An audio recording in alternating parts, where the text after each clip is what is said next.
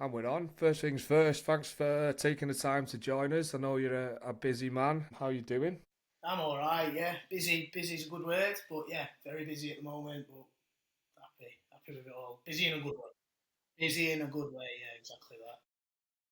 So, what I like to do with all the guests is, first of all, go back to a time before you even did strongman and what you was doing, how you got into it. I know it's a long time ago for you, if you can remember that far back. Yeah, just about. So, yeah, before that, I was playing rugby league for Loughborough University, but also like moonlighting a little bit at Warrington Wolves, trying to sort of make it. I think we'd say as a rugby league player. Played in Australia for a year as well, over in Sydney for the Coogee Bay Dolphins, which was a great experience. Then came back with every intention of sort of try to forge something here. And then once like my last season, I suppose, ever playing, so I've not actually graced the field other than two charity games. I'll say that, but I've not graced the field since 2010.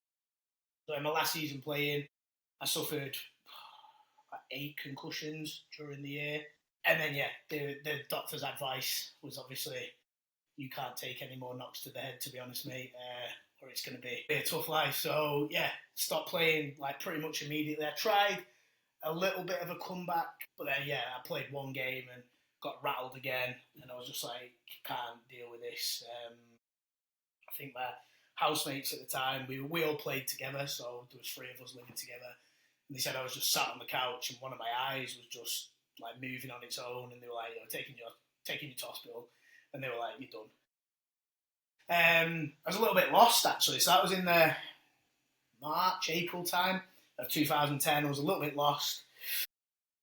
I How say I old was was you at then? university, and I used to, as a part time job there as well, sort of on the doors, did a little bit of security work. One of my teammates there was Adam Bishop. He was training in the gym one day, and he was log pressing. He brought a log into the university gym. I just walked in and said, "What are you doing?" And he said, "Oh, do you want to jump in and have a go?" I had a go, did a session with him there, and then he said, "Oh yeah, go and train at a farm. It's like 50 minutes away. We go and train at a farm on a Saturday. Do you want to come there?" I was like, "Yeah, let's do it." And that's how we got into it. And it was just from then on. That was 2010, sort of summertime, and everything spiraled from there. It was just but that's What age was you those then? days. It was like we had to travel a bit. There weren't strongman gyms, but it was just a yard. Someone had kit at a yard, and we just went and trained. What age was you when in 2010? 20, just turned 23. So yeah, just turned There's 23. so there's literally nothing. Well, there obviously was stuff about, but it Yeah, it definitely was. wasn't. Yeah, there was. So the farm we went and trained at, the guy made the equipment. So that's JT. I know there's still some people who talk about JT logs kicking about. So he, like Jason Tolbert, he was Britain's strongest man under 105 at the time, and he made all the kit, basically everything that we had to train on. He made it and just kept it at this farm, and we went and trained there. So yeah, there was no gyms with kit in like that. That was just like you bought it and you asked your gym if you could store it there. Some gyms said no, some said yeah. But yeah, it was travelling to farms and yards and getting your hands on whatever anyone had. So did you find you was kind of like naturally quite strong anyway? Once as soon as you got into it, you picked it up Yeah, really quick. I think coming from obviously a sporting background, I've been involved in high level sport from a very young age, and I think like been trained the right way, been coached the right way on how to lift, and yeah, I just think coming in straight away, I took to it. Took to some of the weird sort of like I always say this is strange because it's barely ever come up in a comp since. But the first ever thing I did in a training session other than log was Conan's walk, and I took to that like a duck to water. I was just like it's one event that you'd never see, but I'm unfortunately Yeah. good at it. But that them sort of like events like that, genuine strongman stuff. Yeah, I found that my strength was in that sort of stuff. Maybe not specifically the static stuff. That took a while, like deadlifting, log. Like I mean, no, actually, I had a good deadlift, but log, squatting, any sort of pressing took a long time to get there. But anything moving, anything quite athletic, I found that I was pretty good at. Yeah. I found most people that I speak to on here, they kind of had this just a natural sort of ability for strength quite quick, and people picked up on it, and that's how they ended up starting. What was the first comp that you did? First comp I did was called Olympic Dragons 2. It was in Ashton, and Mark Clegg. I don't know if anyone will know Mark Clegg anymore, but they had a gym called Olympic Sports Gym. Still there actually, I think, but it might have moved now. It might have moved premises, but they used to hold some really, really good comps. It was just like it was an under 90 comp because under 80s didn't exist at that point. It was an under 90 comp. They'd only just started getting going. Really, being under 90s had been going for like 2 years. So other than England's and Brits and that, there was not much around. So everyone did this under 90 comp as well. So the field was absolutely stacked of like all the top names from the time, and it was just a really good show. A really, really good show. What was the sort of what was it like then doing it back then? I'd never even heard it. I got into it quite late myself. At 34, 35, like 5 years ago. Mm. So to go back, even like most people said, you only watched it at Christmas, and obviously now you have the pathways, and I've seen a development just in the last 4 or 5 years. How has it developed, like the national title ways and the weight categories? Yes. So there was, as I said, there was under 90s about. So they used to have split regional qualifiers. I think you've been through some of them yourself. Norths, Midlands, and Souths, and then there was an England and a Brits, and it ended there. There was no international competition basically. So it was literally just, you were there, you qualifier. You didn't make your qualifier, like say you had to find a comp to do. Were there much under 90s about? Not really. So you were jumping into like 105s. 105s was like kicking off quite well at that point because you had people like Bish, Graham Hicks, all of them lot like Ben Kelsey is another name who was exceptional as a 105. So there was big shows for the 105s, but 90s was just starting up. But there was some incredibly like strong athletes. I mean, obviously the strength's moved on, and it always does. But I mean, everything was raw at that point. Went into deadlift suits or like even straps. Like some comps didn't allow straps on deadlift, so you were raw dogging deadlifts, and it was good. It wasn't as obviously developed as it is now. You've not got the big, you're not under the lights. You're not an official strongman. You're not doing all of that stuff. But the shows were good in their own rights. To see where it's developed from, like over that time, is incredible. Like because you were essentially either in a gym or in a gym car park, not like in a big arena with like thousands of people watching you on a stream. It was just you were there, like lifting on whatever they had as well. It wasn't like uniform kit. It was you lifted on whatever people could get their hands on. So it was fun. So from 2010 when you started, when did you sort of find yourself kind of, in the upper echelon of the Englands and Brits sort of scene? So took me like 3 years to qualify for an England's under 90s. Grafted hard, but like I said, the standard was very high at that point. So it took me 3 years. In between that, they'd had Britain's under 80s. They held the first Britain's under 80s in 2012, but it was just a straight direct there. Because I was never heavy. I was never over like and up towards 90 kilos, even though I was competing there. I was always around 80. So yeah, they held the first ever Britain's. I podiumed at that, which was great. And that was like a direct path through then to the Arnold because they just started the Arnold under 80s sort of for the following year. So they were saying 2013 we're going to do an Arnold under 80s class, like get your national qualifiers in. So they had one here and podium there. And then I made England's under 90s the following year. Finished about 8th, 9th at that. And then the year after that, and then England, Brits, Europe's under 90s, and then that was just a permanent fixture. I think I did like 7 or 8 England's under 90s in a row, and then 6 Brits in a row, whilst doing under 80s at the same time as well, because that really developed sort of around 2013, 2014. That's when that really started kicking off. and there was more interest in it, and there was more people doing the shows, there was more exposure, and that's about the time there was real strongman gyms opening and people showing like a massive interest in the sport, rather than it just being this like underground little niche where you were sort of tucked away in a little room. It was like, we are a strongman specific gym, and that's when everything started spiraling. I remember watching when I was first getting into the sport, which was like COVID time, seeing like a 7-year-old video on YouTube of you competing. Yeah, I don't know why it always sticks in my mind. If it obviously the flash, and I think it must have stuck in my mind, and how well you did. But that was, yeah, like me getting into the sport was watching old videos like that. So some of the names you mentioned, I've never met them, but I remember on old YouTube videos. Yeah, it was quite mad, really. It was good. It was good fun. So when did I think it was the first OSG, something like 2017ish or something? Yeah. Was you did you? Yeah, I did the first 3 OSG. How did that come about? Getting the sort of invite for there?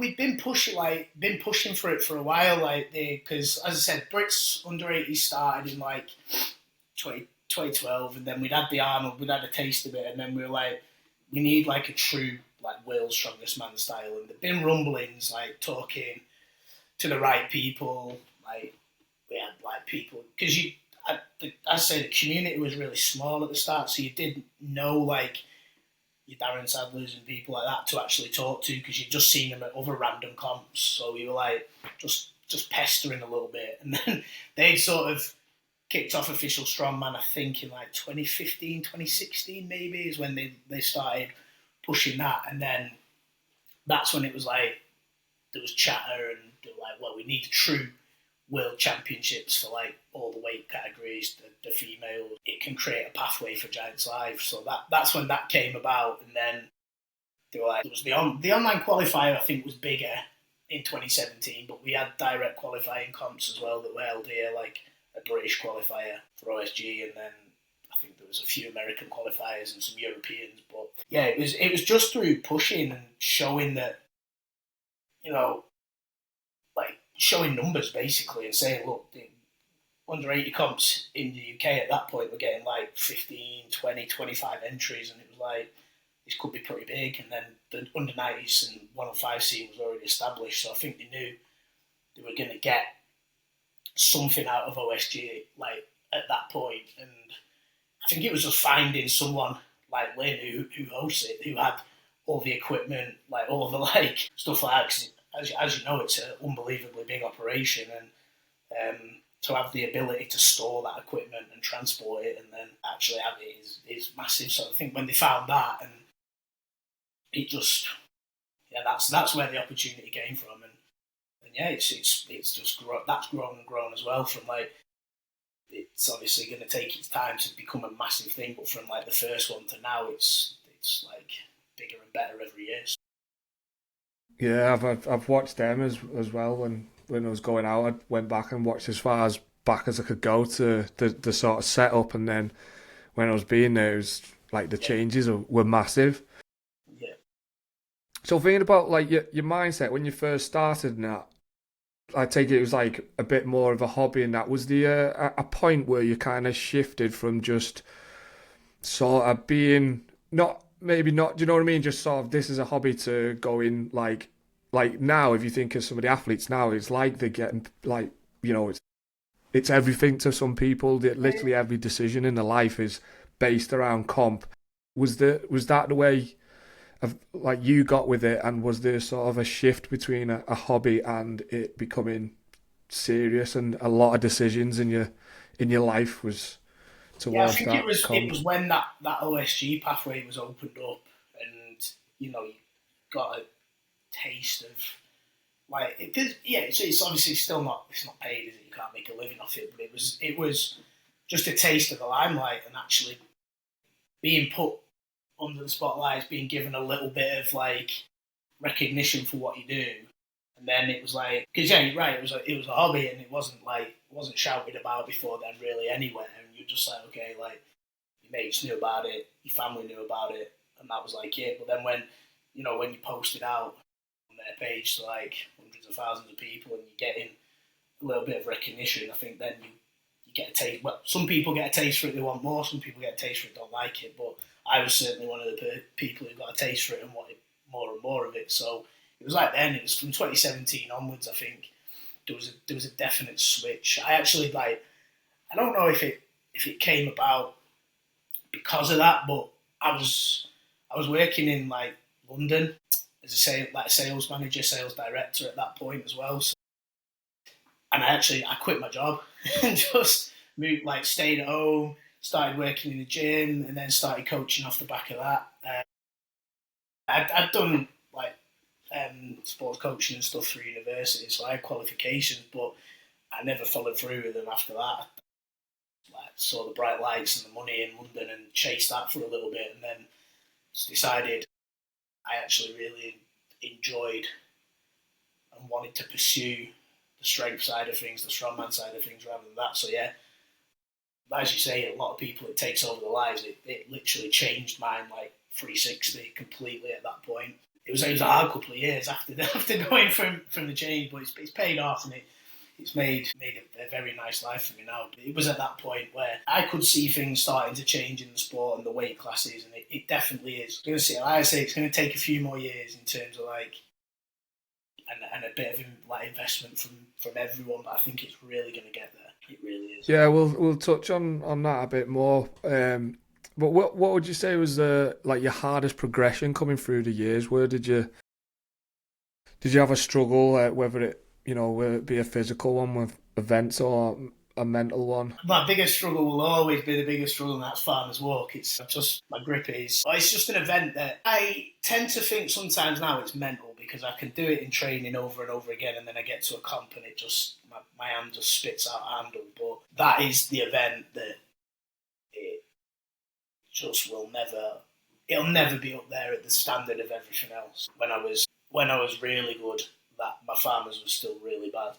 So if there was a show with it in, I was always battling. I remember watching one of the OSGs. I can't remember which one it is. It's 2019. I always say it's the one Tommy Lavelle won.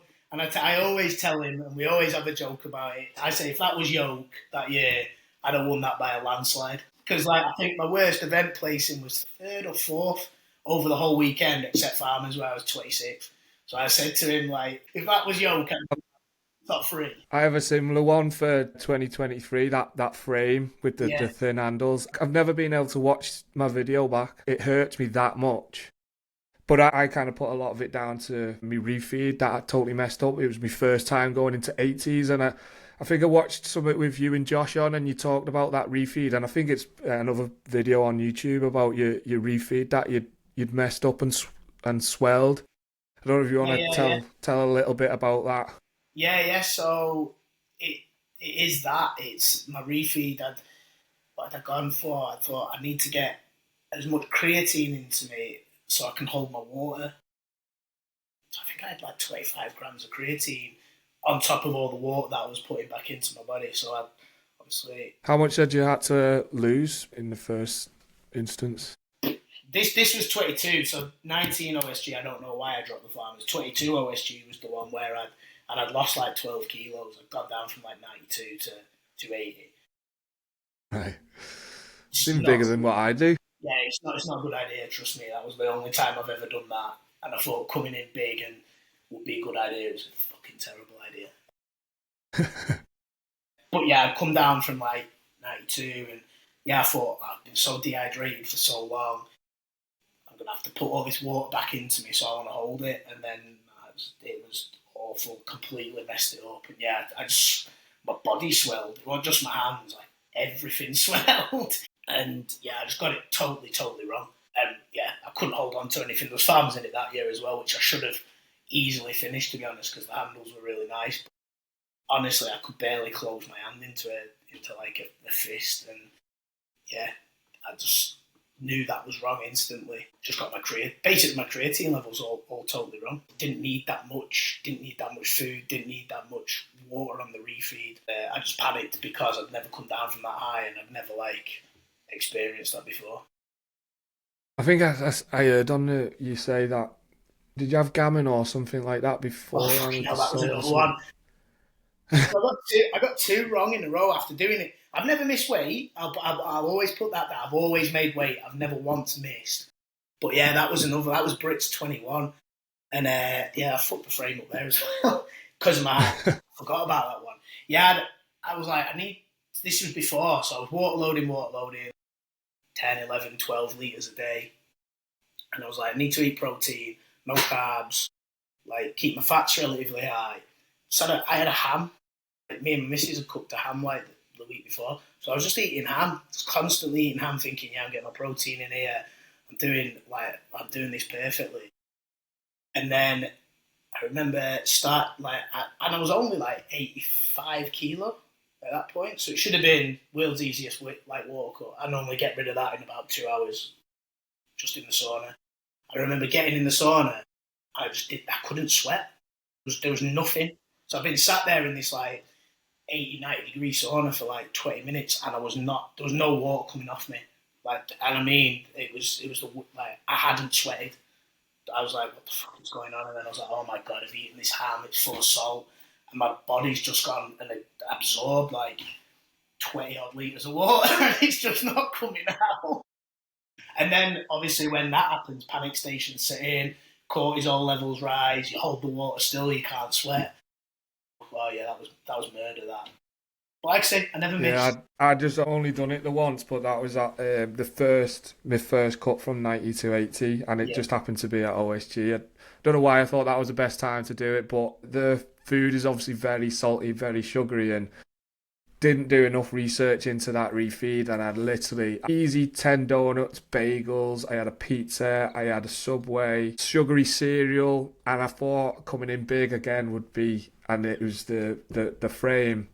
I just knew something was wrong with my hands, and I couldn't even feel my hands to grip. I just could not grip, and it was just tearing the calluses, It's tearing murder, them away. mate. I think you was commentating the next day on my deadlift, and you actually mentioned the packing on my hands, Yeah. and like yeah, it just torn it away. I've not made that mistake since. Uh, I've been too frightened to make it, and I've done it's it something since that then. everyone like. People always think, oh yeah, I'll cut down, it'll be easy. But there's just a massive science to it that you don't Yeah, realise, and you can't be too big. You can't. Yeah, and you learn your lessons the hard way most of the time. yeah, definitely. I'm trying to do it a lot different this year. I've been known to do bigger cuts, and I think there's a certain level, isn't there, before it starts to like hamper your performance. So it's all well and good training at that bigger body weight for however long, but there's a fine line between having the extra mass for training and then just still feeling the effects the next day. Yeah, I always look at it like you've obviously got to put back on what you lost. So weigh that up and like, am I going to be struggling to put 9, 10 kilos back on? Like, how hard's that day going to be putting on that extra 8, 9 kilos, 10 kilos, where I could just come in 87, 86 and it'd be relatively breezy, quite comfortable day on the refeed day. And then, yeah, I'm competing at the weight that I've trained at. Happy days. Did you ever struggle with nerves or anything, and whether that's pressure from yourself to compete well or just general nerves of competing in front of people? No, I'm a bit of I've always been told, a bit of a dickhead. So whenever the crowd was big, like when I played rugby, I was like 50% better than I was when there was no crowd. There's a crowd out there, like I'm just there to show off basically. So and that's what I always saw. I think that's why I always enjoyed lifting, and competing because you're like the main thing out there and everyone's looking at you. No matter if there's like when I was competing, it was like even if there was like 10 people there, I was still like everyone's watching me. Like let's go. Like and it was never, but I never got nervous with that. It always just helped. That was one thing that I've spoke to a lot of people about actually, to grow the lightweight scene. Like when I spoke to people, we think, to show more personality in the sport, that's what sort of sells, isn't it? The person. That's why people like Giants Live, because there's a group of people that their personality more than just they're just a name competing and can lift big. I think it was Josh Kolovelski. I can say Yeah. it when I'm Well, not pressured to say it. Yeah, I think I must offend him every time, including when he was on. But I can say it when I'm not pressured.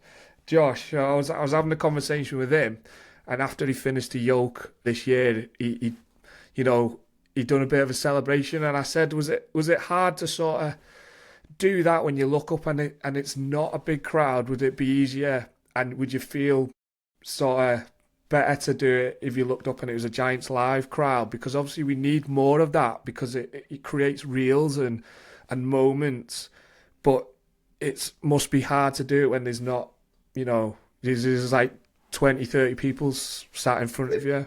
To be honest, for me it never was because I've done it like I tried to train like log out in my gym at home, and I've gone mental after sets of like log just on my own. No one's there with me.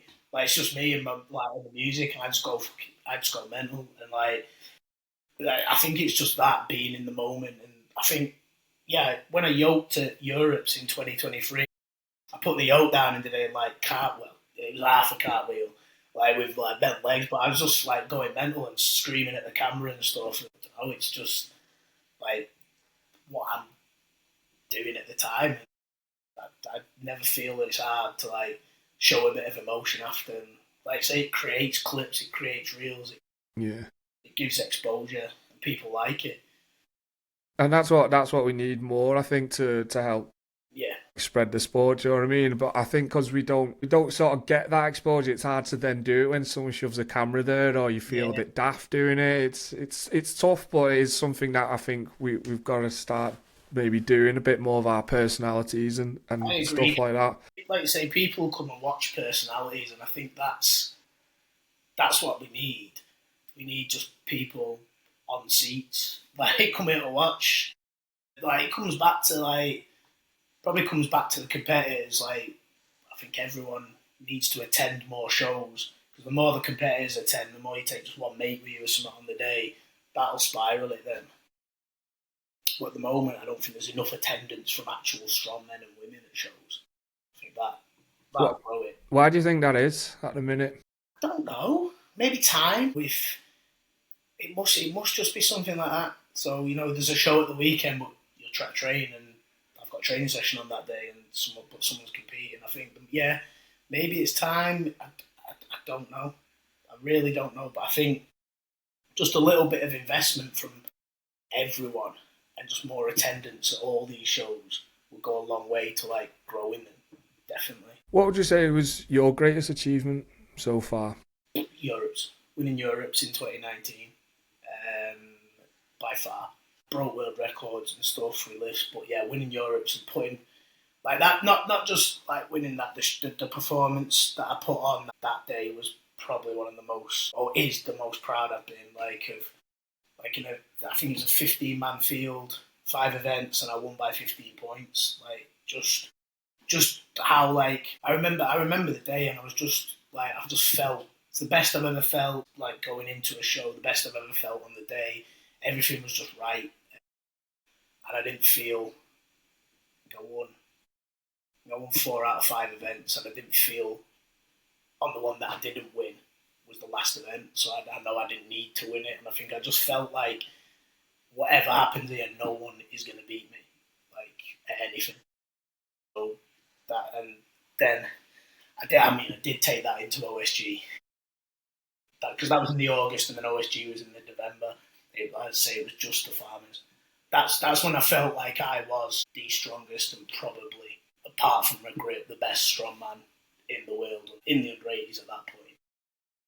Do you think that attitude helped you Yeah, then going forward 'cause with the confidence and yeah. Confidence breeds confidence. Like so, as I say, I started in 2010. I didn't actually win a show until 2015, but then in between like 2015 and 2019, I think I won like 15 comps. So it was like actually getting your first win is massive because then yeah, it does. You feel like that.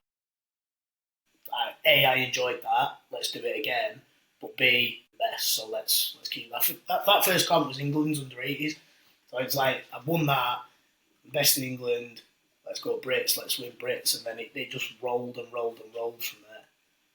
And then yeah, it is What attitude. was I think it does help, and people may mistake it sometimes for a bit of arrogance and stuff like that. But I don't think it is. I think arrogance is confidence at the end of the day in your ability, and obviously when you've got performances to back it up, then it helps. yeah? I think when you've got some credentials, Yeah, you can be a little bit arrogant with it and confident with it. It's you just sometimes get these people who haven't actually done it and say they're going to take everyone's title, and I think that's what rubs people up the wrong way when you're 100%. like you've not really got credentials to say that. So when was the last time you competed? Was it Europe's Yeah, the year before last? Yeah, Europe's in 23, but I really had no business like competing. I have been like messed up since probably 2000, the end of 2000. I got like injured in the pandemic, and obviously there was nothing. Couldn't go and see anyone, so I did. I hurt my something around my hip, glute, hamstring area, and but you couldn't go and see anyone because lockdown. We were locked down for a long time, so I kind of just tried to work my way through it, and that was probably like, well, in hindsight, which is a great thing, it was the wrong thing to do because it just made the problem worse and worse and worse. And it got to the point, it got to the point in 23 where I thought I could make a bit of a comeback here, and then it never really materialised. Did you feel good going into it, or No, so I'd done Brits under 8s the like 3 weeks before, and like really, really hurt like the hip, glute, whatever it was at that point. I'd really, really hurt it. Managed to get myself back, but I knew that Europe show. So it was log and yoke on day one, which I knew would be absolutely fine. They don't hurt. They don't hurt the injury at all. But then it was deadlift and steeplechase on day two, and I was like, well, I'm just going to take a massive like hit there because it's basically hinging and picking anything up off the floor. It's just murder. So I was like, I'm not going to do well there. And then Shield should have been good, but I up, and then power stairs. I don't know how I made it through that, but no, I didn't feel good going in at all. I think the last time I felt anything sort of close to being decent was Brits in 2021, but that's yeah, I've not felt good since then really. how was that coming away from sort of Europe's? Then did you feel a little bit like disheartened with like knowing where you'd been and where you Yeah, could be? well, yes and no because, like I said, the first day was log and yoke, and I won both events, and I actually was like, right, that's me. So that's me. The rest of the show don't reflect me as on me as an athlete because, like, when I'm not, when the injury's not hurting, when something's not hurting me, that's what I can do. Whereas these like 4 events aren't really a true reflection of it because I've got this massive like thing hampering me. So I wasn't disheartened. I was probably actually more infused by it because, like I say, the field that day was very good. Dean McVie, Chris Harper, Kyle Scott, Finlay, Rich Molnar. So you got basically all the boys from Europe there. I was still able, my ability, I was still able to be on top of the pile there. Arguably my two best events in the sport, but two where my hip wasn't hurting. So it's like I was actually infused that if I can get all this right again, then I can probably come back and still compete in the sport at the highest level. So yeah, always polish a turd me, mate. I'm not like I'm not gonna get disheartened by it. I will always take a positive out of it, and that's what I took from that. It was like I'm still one of the best if I'm all right. Yeah, it's a good attitude to have because I think a lot of people, including myself, I could quite easily let that sink me down, thinking that it's all gone. I worry about sometimes having because I don't compete this that much. Like these days, I just kind of pick and choose my comps, and because there's such big gaps, I think, well, what if you don't do as well, and what if that you're like that's the end of you now, like. Some people let it get in the head, don't they? I'm possibly one of them. So it's a good attitude to have. Did you look on continuing to to sort that and come back from since then? Yeah, yeah. From then, So and I'm do you still?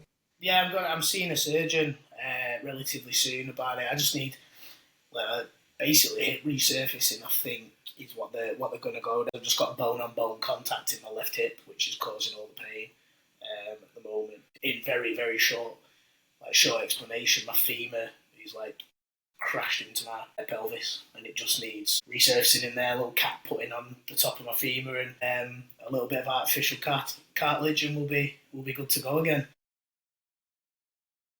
So there's still life in the old dog, yeah. There'll still be life in me, mate. I'm not. I've said I've had this question quite a few times. I'm not too fussed if I never compete again, but I want to. So if it got to the point where I've had the operation and I compete at that level again, to me, I'm all right with that. But I would like to come back, because I do. Have you found you've missed it in this period from? Yeah, yeah. I miss competing. I don't like.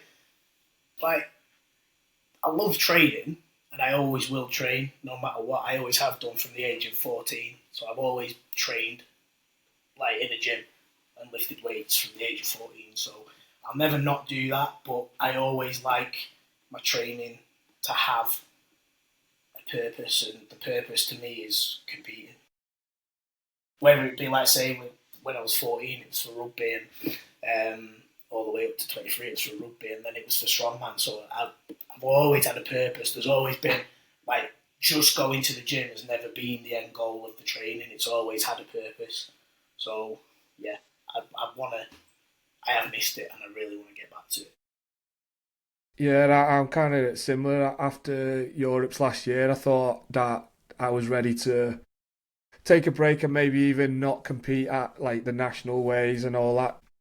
Just because I'm 40 this year, and I thought there's other stuff I want to do in my life. Do you know what I mean? And I dedicate a lot of time to this, and there is other stuff, and you miss out on social stuff and all that type of thing. And I was like, yeah, maybe that it's time to move on. So I had something in place. I started it a few years ago, saxophone, and I put it down to do the strongman full time. But I know I've got that there, to hit Yeah, yeah, 100%.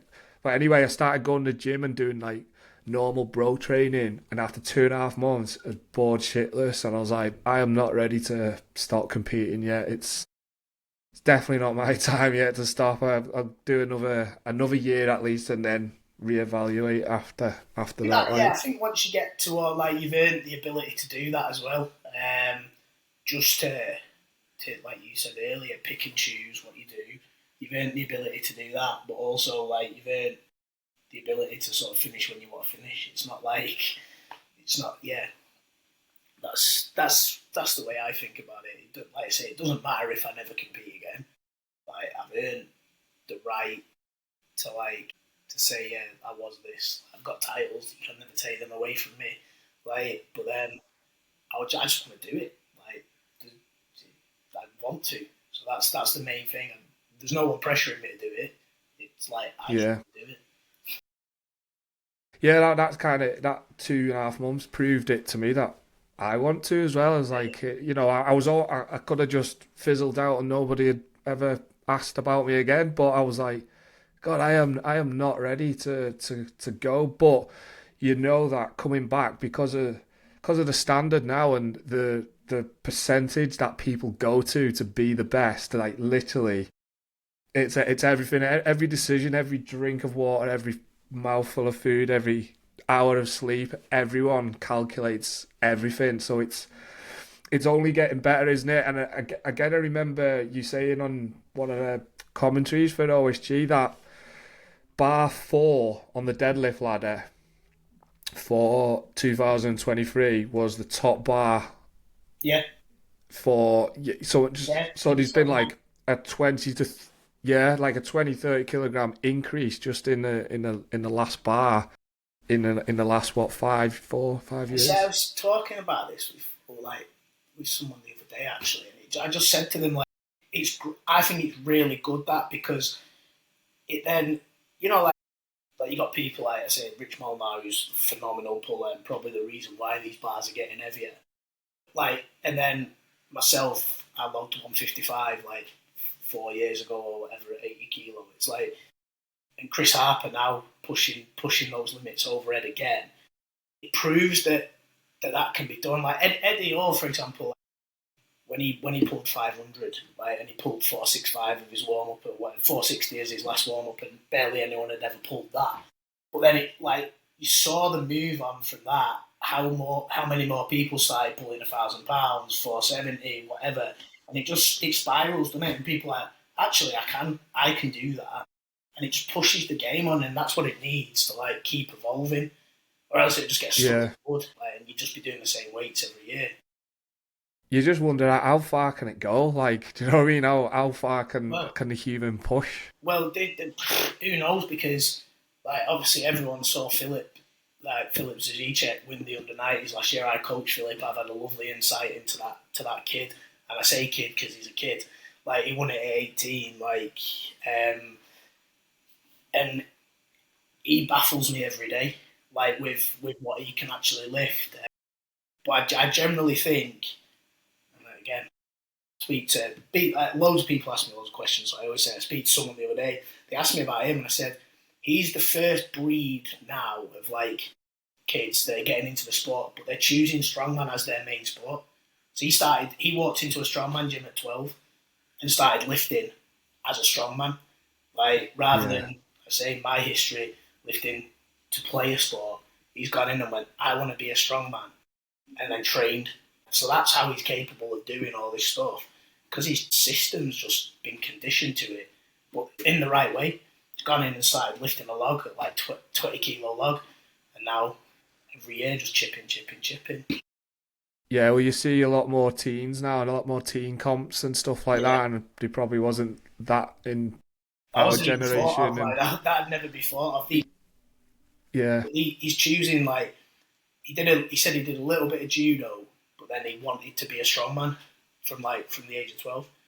So I think you're going to see more and more of it now. Like, especially now it's more like the Giants Live stuff is more out there and it's more accessible.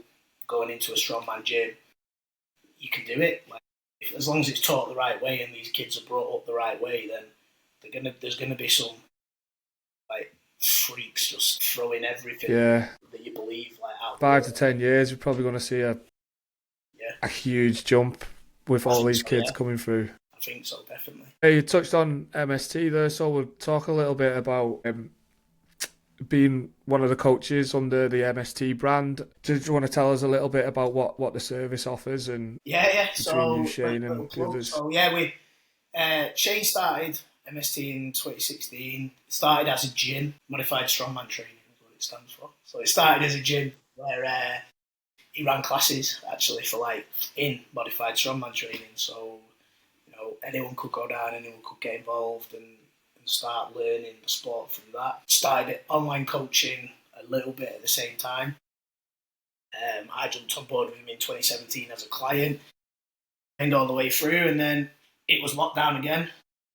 Although it hampered me in terms of injury, he obviously started getting like inquiry after inquiry after inquiry because people weren't paying for gyms anymore, so they thought I won't get a coach. Like keep up basically with the increase in volume of clients, and he asked me if I wanted to jump on board as a coach through that, which I did, and it's just spiraled from there. We've now got 9 coaches working under the MST brand, one-to-one online coaching, like very custom, done through our sort of individual app, and provide everything really, video breakdown, full coaching. Yeah, just in strongman. We have one powerlifting coach who works for us, Harry. Tip of the cap to Harry. He takes the powerlifting clients for us, but then everyone else is a strongman coach. Would you specialise in like the 80 to 90? Yeah, category? That's what I like to. Like we all have a little niche basically. But we stay rounded, so we do have 5 female clients, opens, sort of 105. But yeah, my specialist area is 90s, and it's right to have that as well because it's learned experience. Like I've learned on my feet through being in it, but also now through coaching in it. That like over the years, developing as a coach for the 80s and 90s, being at all these shows with the guys, understanding what they go through, the different sort of challenges that will come up on comp day, like different OSGs, for example, preparing people for these comps. Like, when they ask me what it entails, what should I be, I've been there, both as an athlete and a coach. I'm able to tell them how to sort of prepare for that, how to experience it. Similarly with Shane, with all the Giants Live athletes now, he's done, obviously he's never competed at Giants Live, but he's done 5 years of coaching at the Giants Live. He's pretty much seen everything that all the athletes go through, and he's able to relay that to the new guys coming through, or the new Giants athletes that come on board. He's got the lived experience, and we can prepare them perfectly for these shows, as perfect as possible for these shows, and what comes with them. Because, as I say, Giants Live is one of the I firmly believe it's one of the hardest shows for any athlete, any weight class. Like Europe's at the weekend was done in 2.5 hours, like, and the events, the weights that the boys put, it's phenomenal. So you get people sat there online going, I could have pulled, or so and so could have pulled or pressed that log.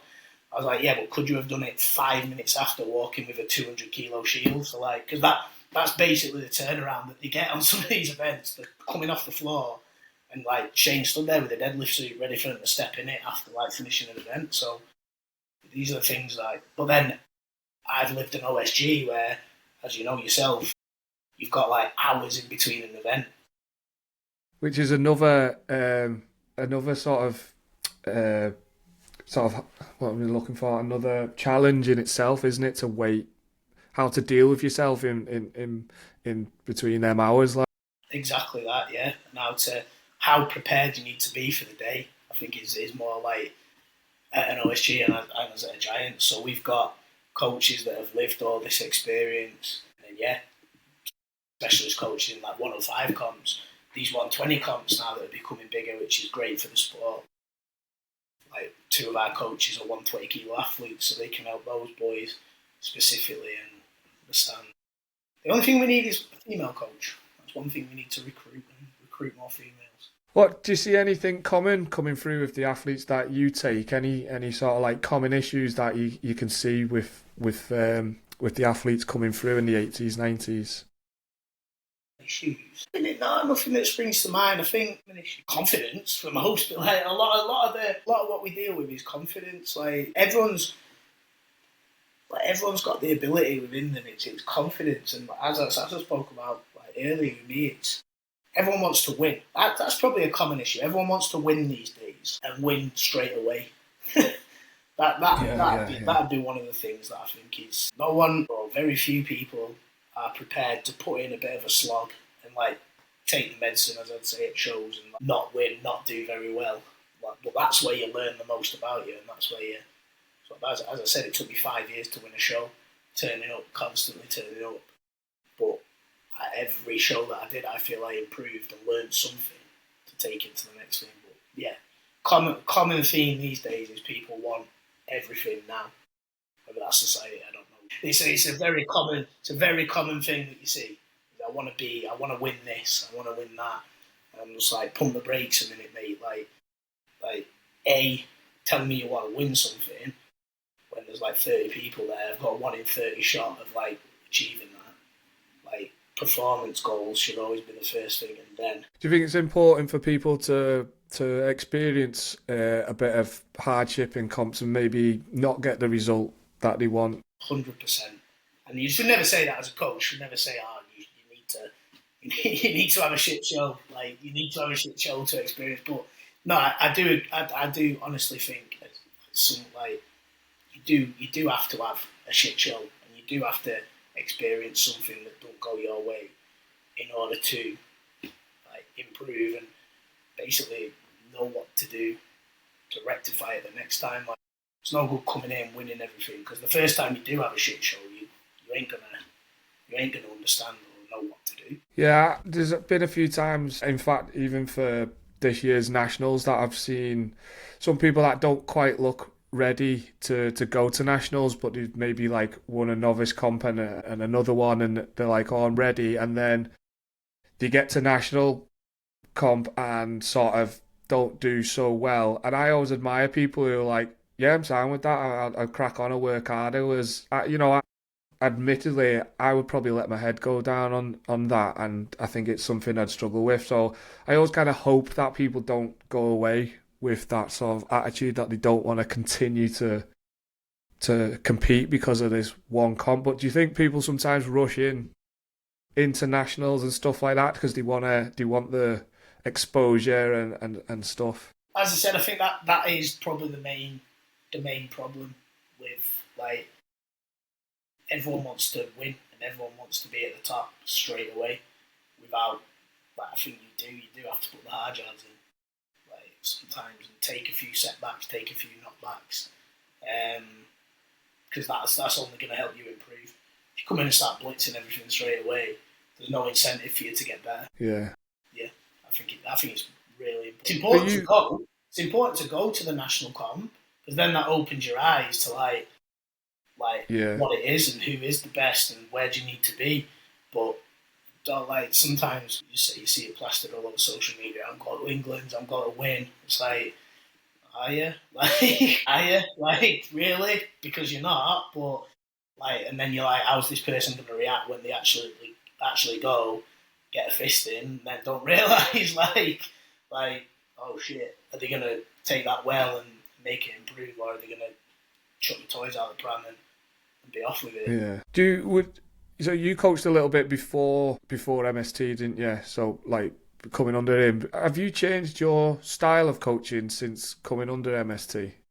Or did you take what you learned from him coaching you? Yeah, I took a lot from what I learned from Shane into my own coaching, and then I've only adapted it even more to the MST style. But I think I obviously believe in it a lot, and I think it is the best way to train for the sport. It's not reinventing the wheel, like other coaches train in a very similar manner. But I think we've all worked together. Like, there's some really good coaches out there who've all learned off each other and come up with their own sort of style. But they're very, like, what I'd class as the good coaches. They're all really similar in styles, because there's only a few ways to get around and coach the sport and actually be good and create longevity in the athletes. But I think we've all bought, every coach that has come into MST bought their own little spin. We always sit down together. We sit down together every Monday, Wednesday, and talk about coaching, different challenges that we've had with different athletes, how we've improved, how we've changed it. I ask, like, I've got this issue. Someone will pitch in and give me a sort of like fix for that. They say, hey, I've got an issue, I can pitch in, and so there's constant, like, evolution of the coaching style as well, which is a real good thing. It's only a good thing, like, because we're such a big team, like, we can deal with a lot of issues and feel we help a lot of people. You've been doing quite a bit of, like, commentating and that now. Is that something you enjoy doing and something you want to sort of continue on into the sport? I think like, I've been asked about that.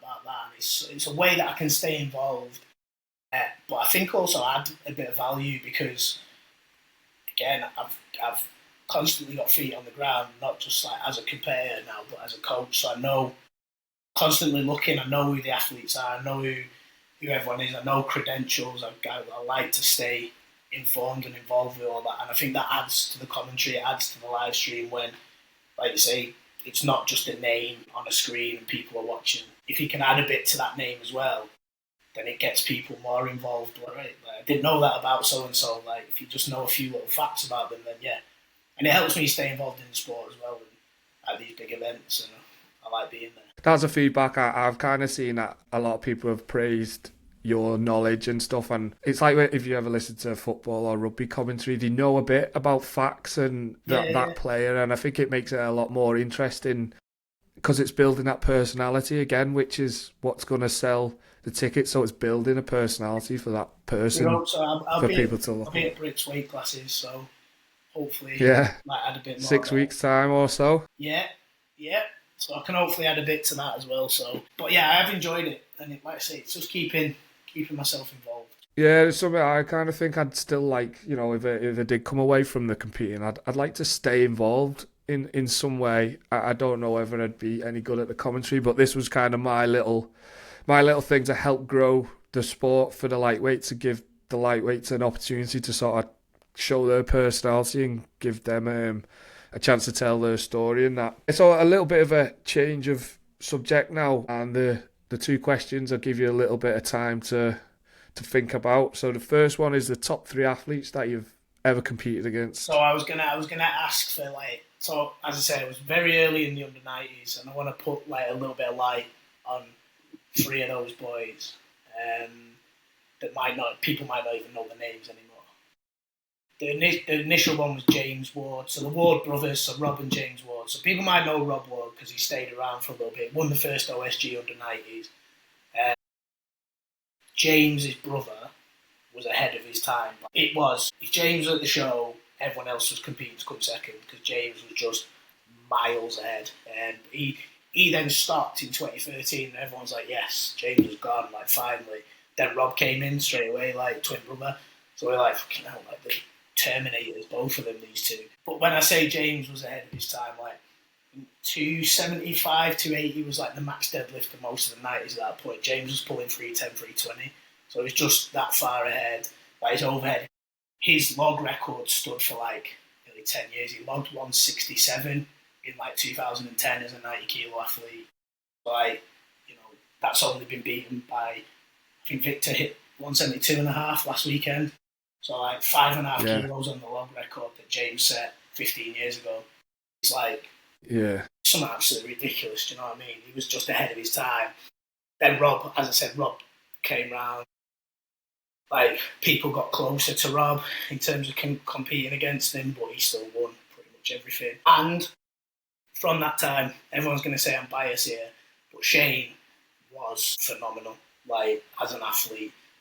He's not, I know he's back now. I don't think he showed his true, I definitely didn't show his true form at OSG in 23, but even at England's this year, I think you got an insight into it because he almost won, but that wasn't his final, like that wasn't Shane from all those years ago. He was fucking phenomenal like back then. He won that first Brits under 80s, won every event, like clean sweep. He was hitting like, in training, this is obviously because they have records in comps or anything, but he was hitting like 150 logs and axles, 80 kilo in like 2013. So you're talking about people that like raised the profile and raised the game. It was definitely like those three. Competed against all three of them, but like got my ass handed to it every time. But in terms of like now, the best three, like 80s, I think. And like good rivalry in Britain, me and Dean McVie like had a great rivalry, and obviously everyone knows Dean's phenomenal competitor. Like competes, I think he can beat every weekend if he could. Like he just loves it, but always phenomenal to go against. Like intensity, like everything. He's just insane. I've got four now because I've thought of one more. Like Richie Stout. Give them. Richie Stout was an old school under 80, but again, classic shorts. Just the shorts, but just relentless, absolutely relentless as a competitor. Like never gave in. He was always in the top like 4 of events and just could never give like an inch. Sally, he won OSG in 2017, the first one, and then I think he does bobsleigh now. He literally went and just became an Olympic bobsledder. But he was again another boy that was ahead of his time. Phenomenal athlete. Then I have to say Tommy, because I'd say that year we were like hammer and Tom, that 2019 Tommy Lavelle. That was just a great year to compete. It was just a really good show, and I wish I could compete against the Josh K that I've made. And I'll say I've made him, but that's my little plug for my coaching.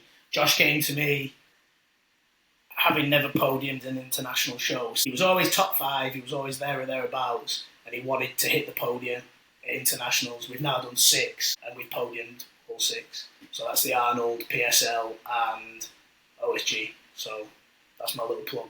But I wish I could compete against now's Josh, because I think he's a phenomenal athlete as well. So that's your top 3, 7. Top 3, 7. But 8 is like Richie Stout, Patrick Castelli, Tommy Lavelle. Best 3 now. And on the flip side of that, what annoys you in the sport? And it could be anything. So personalities, attitudes. We've almost touched on it. It's the like People who sit there and moan and say they want sport to grow and grow and grow and do absolutely fuck all about it. Not like say, attending comps, just going to comps, being there, turn up, talk about it, post about it. OSG should be this, it should be that, it should be this, but you've never been to it, so how do you know? Like OSG Europe's, they should be doing this, this, and this. All right, well, did you buy your ticket to go to your? Why have you got you can't say anything about it? Then if you support the sport to grow, I think if everyone, because there must be hundreds of thousands of people that now train strongman as a sport. There's thousands of gyms around. If everyone just got a little bit invested in it and turned up to shows and gave it that support through putting bums on seats, boots on the ground, I think we'd be rocking and rolling with the weight classes. So yeah, just fucking people moaning about stuff and doing nothing about it. There's so much of that. How do you think you can get people to be more involved with the sport? Cheaper tickets, maybe. I don't know. I think you need to. Suggestion that's been said before, definitely. Yeah. Cheaper tickets, lesser venues, maybe. Yeah. Lesser numbers. Yeah. To be honest, I think England's weight categories this year at Doncaster Dome was brilliant. I think there was a lot of people there. Yeah. I think it's that size of venue is easier to sell out, isn't it? And make it look busy. Yeah. And look like a proper event. Yeah, just get if it's maybe it is a cheaper ticket, maybe it's a £5 ticket, and you have a day out with your mate. I mean, they were only a £10, weren't they, for the dunk? So that was pretty decent. So that's it. Maybe it's that. Maybe cheaper tickets. Then there's an incentive. You take your mate. You have I know it's Doncaster, but you have a weekend away or something. And if it's that, because that's what people do for Giants Live now. I was there at Europe's obviously at the weekend. People are just there as casual fans, but just with the mate. Yeah. They don't lift, they don't go to the gym, but they fucking love strongman. So that's got to be able to translate to weight categories. CrossFit does it well, don't they? So yeah, exactly. And I've said that with the Giants Live. How many of them fans that go actually do strongman? Probably not. People maybe dabble, but there's a lot that just watch it. So why not want to watch lightweights, and how do we sort of push that? One of my ideas, I think people have tried to add a play on it, but I think they should do a massive team show under the Giants Live banner, but they should have one open, 105, or even a 120, 105, 190, 180, and then the women's have one open, 182, 173, 164, and then just put a team together like that. Obviously, there'd be a load of it, so and so should be invited, but fuck it, if you get invited, you get invited. England, Scotland, Ireland, Wales, you could start it as that, so you don't have to bring anyone over. And then just sell it as that, just put a massive team show on. Then you get the personalities of all the weight category athletes coming through, get to see the women coming through, and then it gets people involved that way. Then you can start getting the Americans involved, Australia, because there's big scenes everywhere. You create this massive team show and then it feeds down. That was one of my ideas. So I kind of said something similar, and Schofield shut me down on it straight away. But I said, why could we not maybe run a pre-show before the Giants come out? When people are still just trickling in, even if it's a different set of people running the event, and it's doesn't take up the whole arena, just so that the crew don't have to do because they've got a lot to do. So a separate team sort of managing a little under 73s, under 82s, you know what I mean? Just something so there's eyes on another category. Yeah. Throughout the year. But Schofield said, he's going to know, isn't he, a lot? And he said, it's just too busy, it's too hectic. I thought, fair enough, but something like you said, if you sort of incorporate an athlete that's what I always thought. Then. England, for example, Luke Richardson as team captain, as the Open, and then the 105s Tom Owens because he won England's. Then the 90s is Harry, who won England's, or Shane. Well, you got to say Harry. Sorry, Harry, you won England's. Harry, and then Connor as the 80s. You've got your team there. Put it on as a big team show. I reckon it'd sell. I reckon people would be into it.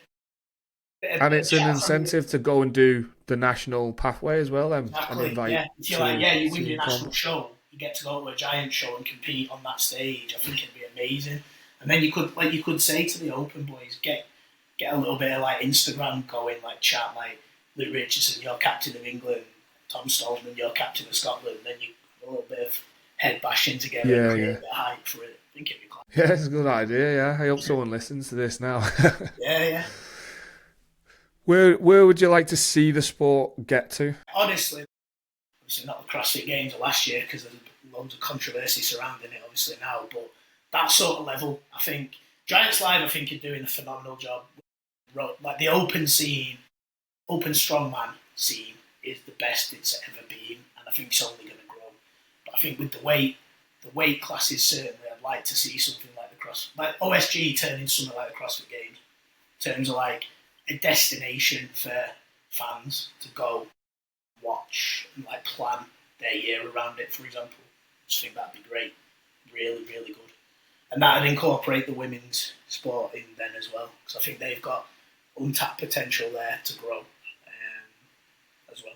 I just think that's where I want to see it, and I think it can get there. Yeah. I just think it's got to have the right minds and the right decisions made, and it will get there. My last question to you: where's Flash going in the future? What do you see yourself doing? What are you aiming towards? Flash is having a baby in September. So, well, my missus is having a baby. Yeah. Flash is going to be a dad in September, and then I want successful surgery. So I'm going to say, said it. It's out in the ethers now. I want to win it. I'll use that I'll as a trailer. always look back. If I don't win it, I'll always look back and think of that what if. So if I can win it once. I like it. I like the confidence. Lastly, where can people find you? Instagram at FlashDan87. Floating around MST Systems Instagram as well quite a lot, and you find us at mstsystems.co.uk, and that's where you can sort of book a discovery call with me and go through options for coaching. And we'll wrap it up there. Thanks for your time. I really appreciate it, mate. No worries, mate. Yeah, I really enjoyed that. Yeah, really appreciate it. Thanks a lot. If you just hold on there as well, Flash, I'll just stop this and we'll catch up. I just need